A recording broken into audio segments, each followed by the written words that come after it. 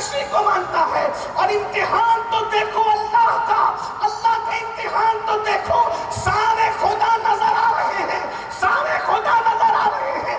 دریا کو خدا مانا نظر آ رہا ہے, سمندر کو خدا مانا نظر آ رہا ہے, ستاروں کو خدا مانا نظر آ رہا ہے, پہاڑوں کو خدا مانا نظر آ رہا ہے. لیکن جو سچا خدا ہے وہی نظر نہیں آتا, اور جو نظر آتا ہے وہ خدا نہیں ہو سکتا.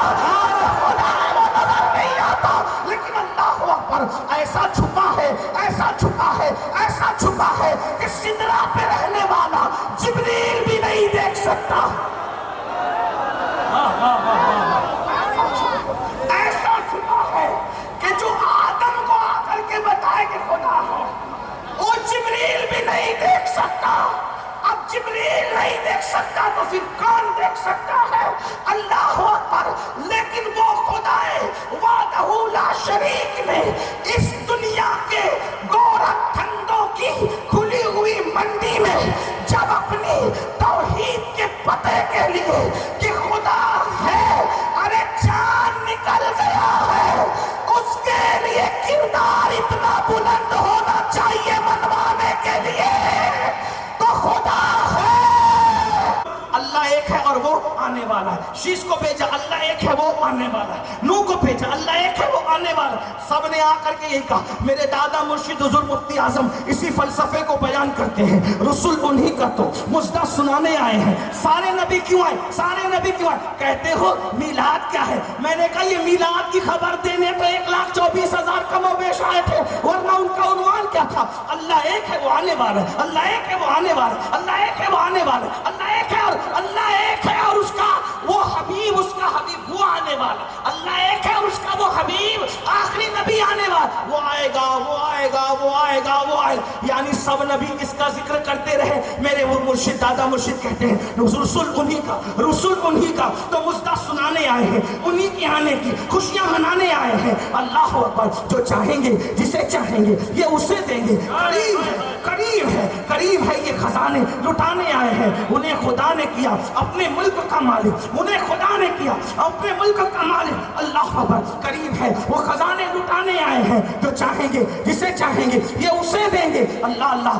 نصیب تیرا چمک اٹھا دیکھ تو نوری, نصیب تیرا چمک اٹھا دیکھ تو نوری. عرب کے چھان لحد کے سرہانے آئے. سب نبی آتے رہے, ان کا ذکر کرتے رہے. اور اب ایک جلسہ آخرت میں ہوگا.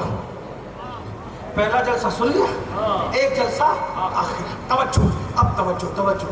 شاید بات اینڈ کو پہنچے آپ, کیونکہ کہیں نہ کہیں تو ختم کرنا پڑے گا, کہیں نہ کہیں تو رکنا پڑے گا. اللہ اکبر. ایک جلسہ آخرت میں ہوگا, ایک جلسہ آخرت, آخرت میں جلسہ ہوگا. اس کو محشر کہتے ہیں.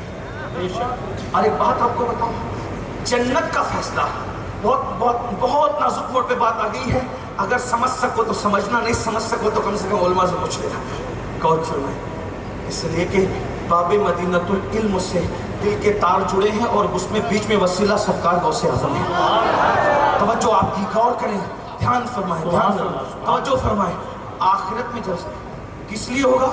تو کچھ مولوی صاحبان کہتے ہیں کہ آخرت میں جو جلسہ ہوگا وہ جنتی اور جہنمیوں کے فیصلہ کرنے کے لیے ہوگا.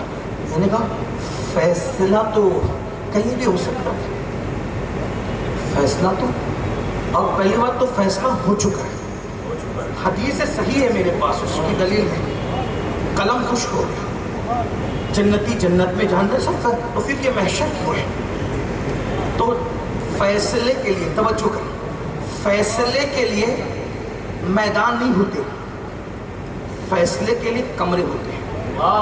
اسی لیے دنیا کی جتنی عدالتیں ہیں, دنیا کی جتنی عدالتیں سب کمروں میں ہیں, میدان میں کوئی عدالت نہیں. یہ کیسی عدالت ہے, یہ کیسی عدالت ہے جو میدان میں لگی ہوئی ہے؟ یہ کیسی عدالت؟ بات سمجھ میں آ رہی ہے؟ اگر آ رہی ہے تو یہ عظمت مصطفیٰ. محمد ہمارے, محمد ہمارے, محمد ہمارے, محمد ہمارے, محمد ہمارے, محمد ہمارے, محمد ہمارے. فیصلے کے لیے کمرے ہوتے ہیں, میدان نہیں ہوتے. اور فیصلہ جب کرنے والا کرتا ہے کمرے میں اس لیے کرتا ہے کہ مجرم کے عیب کم سے کم لوگوں تک پہنچے. توجہ, کیونکہ جو بات میدان میں ہوگی اس میں تو مجرم رسوا ہوگا. نہیں سمجھ رہی, بات نہیں سمجھ میں آ رہی ہے, نہیں سمجھ میں آ رہی ہے. اگر یہ بات سمجھ میں آتی تو پھر کوئی چپ نہ رہتا.